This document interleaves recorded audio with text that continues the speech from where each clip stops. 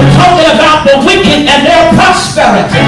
You're talking about them being happy who have messed over you. And God said to him, if you run with the footmen and they have wearied you, you can't stand the test. How can you contend with horses? And if in the land of peace wherein you trusted, they wearied you. You're in the church and they stand for nobody to talk about.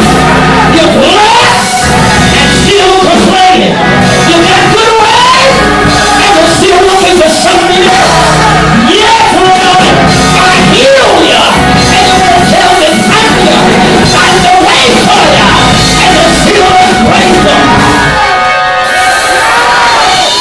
So God says then, how will you do in the swellings of Jordan? Jeremiah was now speaking in the first 4 verses with the Lord. Now speaking in the reminder, now comes the Lord gentle rebuke. Somebody say, God will rebuke you. I know we want him to speak good to us all the time, but God doesn't always speak good. Sometimes he rebukes us. Oh, bless the Lord. But in the rebuke, you got to know that the Father knows what's best. That the Father loves you because he knows what it takes to get you in place. Somebody say, out of place. But God will put you in place to receive the blessings of God. And so then, Jeremiah is talking about removing the girdle and the burial at Euphrates.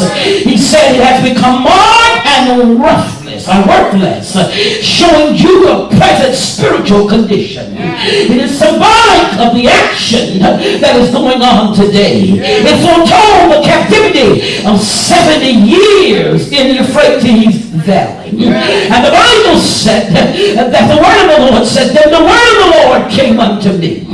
This is what Jeremiah is saying. Do you want the word to come? Or do you want to just gossip it out? Because everybody can't get a word from God. When you have a problem, you need to talk to somebody that is spiritual. You don't need to talk to another depressed person who is on the losing side. You don't need to talk to another weak person. You don't need to talk to another person that is just hating on. But you want somebody that has victory in Jesus. You don't need to talk to somebody that has the same problem. But I want to talk to somebody that has victory in Jesus.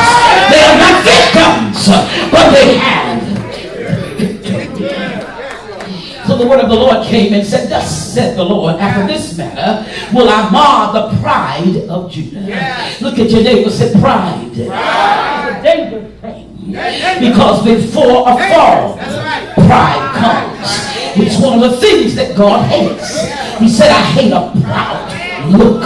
Some of us are too messed up in pride because we are wearing designers does not make us God. Because we're able to practice what we want, this does not make us God. You can't tell God what to do. You can't tell him when to promote you. You can't tell him where you should be just because you think it. God knows everything. How many of you want to trust him for everything? So the Lord says, after this manner, I mark the pride of Judah and the great pride of Jerusalem. And there's evil people who refuse to hear my word. Turn to your neighbor and say, are you refusing to hear the word of the Lord? Which walk in the imagination of their hearts. And that's our problem. We imagine what we should do and where we should be. And when we are not there, we get upset. How many of you have been on a job and you felt overlooked? But if God is God, how can you be overlooked? Because he knows the end from the beginning. It may not be time yet, and you don't see because you feel like you have the most sense. Would you just ask somebody, do you have more sense than God? Because God knows where you are. Will anybody say he knows my name? Yes, we don't act like it because we get very upset. I'm not in the limelight yet. I'm not on TVN yet. I'm not on the Word Network yet. But God knows when it's time. And God said to me, if you can shine in 14 glory. If you can shine where you are, if you can bring the Tri-County to the house of Lord, if you can bring Miami, if you can bring Dade County, if you can get Broward County to know about you, if you can get Palm Beach County, but you're sitting there just making excuses and you're not shining where you are. You're not giving God excellence because you feel like you should be in front of the world. How can God bring you in front when you're not doing what you ought to do where you are? Still wondering and complaining, still getting discouraged, still looking at the people and forgetting about the God that you're ministering to, still wanting my name to be called. Yes, we love recognition, but if God can call my name, it will mean more to me than you calling my name. If you never honor me, if God honors me.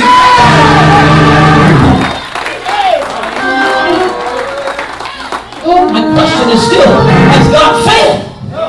Has God failed you? My record is not out yet, my CD, but are you doing the very best? Are you doing record material right where you are? You got to do it before you get it. Look at somebody and say, you got to pass first grade before you get to college. Just because you're not recognized doesn't mean that God has forgotten. But God has you there for a season of time because he's working on you. Tell your neighbor, I am practicing. Because when I get on before everybody, I want to be perfected. I want to be matured. So there are some kinks that God is working on. I know I'm talking to myself. There is something that God is working on because he's getting ready to launch me. And he doesn't want me to dress in front of the camera. When I get in the front of the camera, I want to be already dressed. Look at your neighbor and say, God is working on me. That's the reason I haven't launched yet. That's the reason I'm not up top yet. But he knows my name. He has a plan for me. And I'm willing to wait on it. I'll wait on it. And I'm not going to complain. But I will wait. God is dead. Because the night is coming when no man can work. So he says these people refuse to hear my word. They're walking in their own imaginations and their own thoughts, how they think things ought to go. Sometimes people say, why you don't do this or that? And my answer might be a little sharp because God hasn't shown me that yet. It's not that you have a bad idea, but I've got to wait on God because God knows all things. Your idea is good, but it's not time yet. Tell your neighbor it's not time yet. I'm reminding of a young lady that wanted a car, and her husband said to wait. She went ahead and purchased the car, and they repossessed the car. And while the husband had the ability to stop the repossession, he said, I told you to wait. Waiting does not mean that you are denied. But most of us don't want to wait. We will wait until we think that it's my time. Tell your neighbor, God knows your time because he's time himself. But you've got to do the best job where you are. Would you just look at somebody and say, are you doing the best job that you can do in your local church? Are you doing the best that you could do? Are you really worshiping and serving God in excellence in your local church? But I know you got a lot of lip service, but God is looking for workers. I must work. I must work. I must work. Are you bringing as many souls to Christ in your local church? God. I know you're a pastor, but are you doing what you're supposed to do before you take your building? Yes, how many people are following you now to church?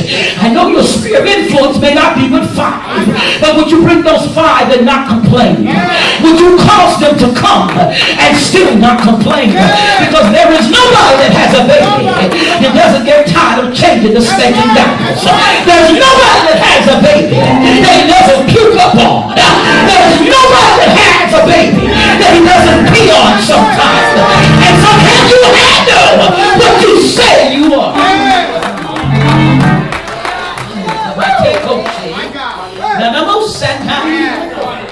Bless the name of God.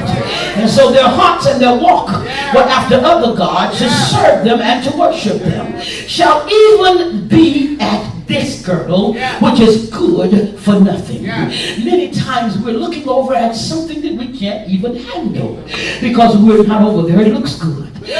But when you get over there and you get in the inner circle, you find out that you were blessed all the time because it didn't look good. Oh, but you've got to learn to appreciate where you are and work right where you are. Somebody said, I'm going to work right where I am. And I'm going to bless God right where I am. I'm going to do my very best right where I am. Even if you don't call my name, I know God's going to call it.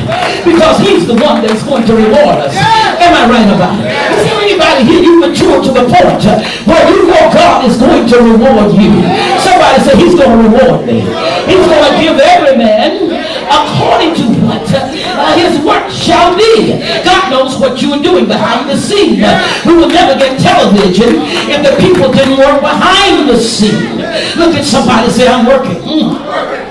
Pastor may not call my name, but I'm working.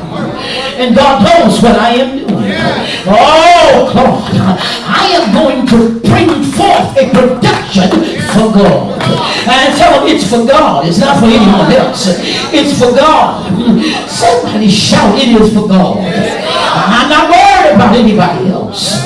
But to God be the glory. Prophecy varied. The prophet was very troubled. Some of you in here today are very troubled, I can tell. Oh, you're trying to hide it, but I see through. I see you, that you are very troubled in your spirit and your mind. You don't really know where you fit. I've been there, not knowing where I fit. And God said, then press into me. Press until I bring you to the place. Press in your prayer. Press in your praise. Press in your faithfulness. Do the very best. Stop giving excuses. Stop murmuring and complaining. Stop watching the people. I already told you that the arms of flesh will fail, but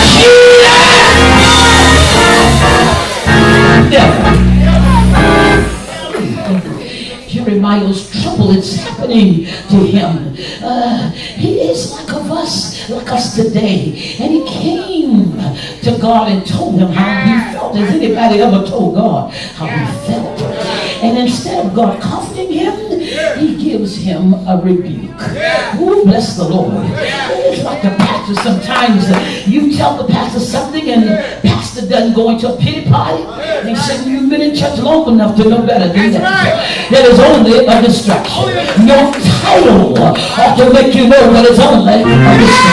The fact that you're still in your right mind, after all you've been through, ought to let you know that it's only a distraction. God has not forgotten you. Will you just encourage somebody and tell them God has not forgotten about you? Oh yes, I wish I could get somebody that's a wrong place and tell them God has not forgotten. Yeah. I know you think you're lying, but God has not forgotten about you.